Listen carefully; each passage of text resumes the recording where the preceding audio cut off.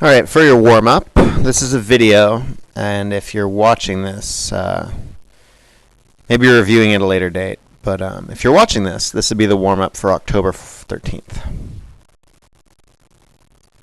So the question is, what's wrong with this picture? Don't tell me what the answer should be over here. Just tell me what's wrong and why. You should write this on your warm-up page if you're watching from home. The answer is, well, look at this. 3 times the mass. If this is a race and they're both starting from rest, this person will accelerate at 4 meters per second squared. This person will accelerate at 12 meters per second squared. What's wrong with this picture? Well, if there's a bigger mass, acceleration should go down because they're indirectly related. If mass goes up, acceleration goes down. But that's not the case here. So the point of this, here's your problem. The point of this is you're going to see a question like this on the test. And if acceleration is 4, and I'm telling you the mass triples and force remains the same, think to yourself before you come up with an answer, what should the answer be? Well, I know mass is increasing, and I know they're indirectly related. When mass goes up, acceleration goes down. So the answer should be less than 4. Answer is less than 4. So the answer is actually 4 over 3, 4/3. But you can check to see, and you know on a test, then all of a sudden you write down 12, you can think to yourself, wait a second, I know this is the wrong answer because it doesn't go along with what I should know. So our objectives today, you're going to write this down on page 16. Or sorry, page 17. First thing I want you to do is write down, describe the motion of objects when forces are balanced. And I'm going to tell you right now that this is your test question. If you can answer this fully and completely, I will give you a C for this idea. And I'm telling you the question word for word. This is your test question. Write it down. Just like always, at any time, if I'm going too fast, you're watching online. You can pause the video. Our vocab, you do not need to write these. Inertia, balanced forces, constant velocity, stationary objects, and zero acceleration. And I want you to write down, you don't need to copy this, but in your head, what's the answer? Okay, pick out what you think the answer is. And I'm going to tell you right now that when forces are balanced, there's no acceleration. Newton's second law says all acceleration needs an unbalanced force. If there's no acceleration, there's no changes in velocity, because that's what acceleration is. The answer is constant velocity or zero velocity. And this is your answer that you will need to describe in order to get a C on the test. Changes in direction, not possible. So today we're going to cover why are when force is balanced, is there constant velocity or zero acceleration.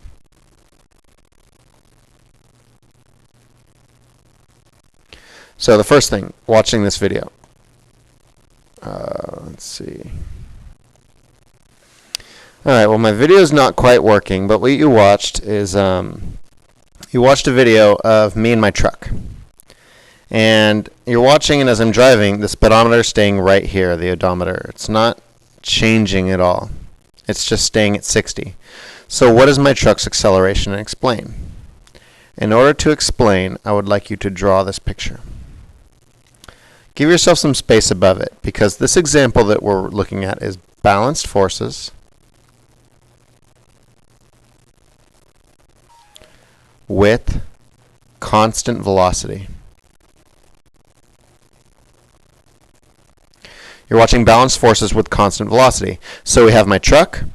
The truck, I've got my foot on the gas pedal a little bit, so I'm getting force applied from the engine, but the truck is also feeling resistance and friction. And we're going to say that they're equal. And what we have is, we have balanced forces, check. Constant velocity, check. And that gives us zero acceleration, which means constant velocity. It's just staying at 60 miles per hour. But the important misconception is when there's zero acceleration, you can still be moving. The only thing that's not happening is that velocity isn't changing. Velocity is not changing, it's constant. So make sure you get this. I'm going on to the next idea. But you need, on your test, to be able to explain the scenario. One way that an object moves with one way of balanced forces. When forces are balanced, one way an object moves is with constant velocity. Forces in the forward direction are equal to the backward direction, and you just get a constant velocity of, in this case, 60 miles per hour. All right, next one. Stationary turtle. So title this one balanced forces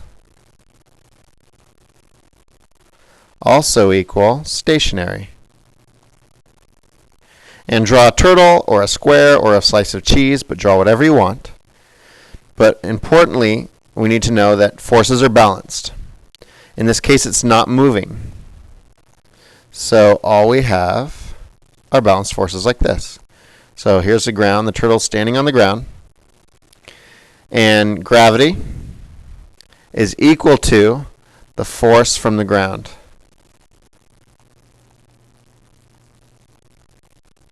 Force from ground. Sorry, my pad's not working very well. It's not picking up my pen. So force from the ground is equal to gravity. Forces are balanced. Check. The motion is stationary. Check. Because these forces are balanced. Can you describe those three things? Forces are balanced because gravity is equal to the force from the ground, and the motion is stationary. Oh, let's make this turtle mean. Mean turtle. Give him a little heart tattoo. Okay. So this brings us to Newton's first law of motion. Please write this down and highlight the most important part. When forces are balanced, this is when Newton's law applies. Newton's first law is when forces are balanced. Second law is when forces are unbalanced. And we know that an object in motion will stay in motion at constant speed, or an object will stay at rest, stay stationary.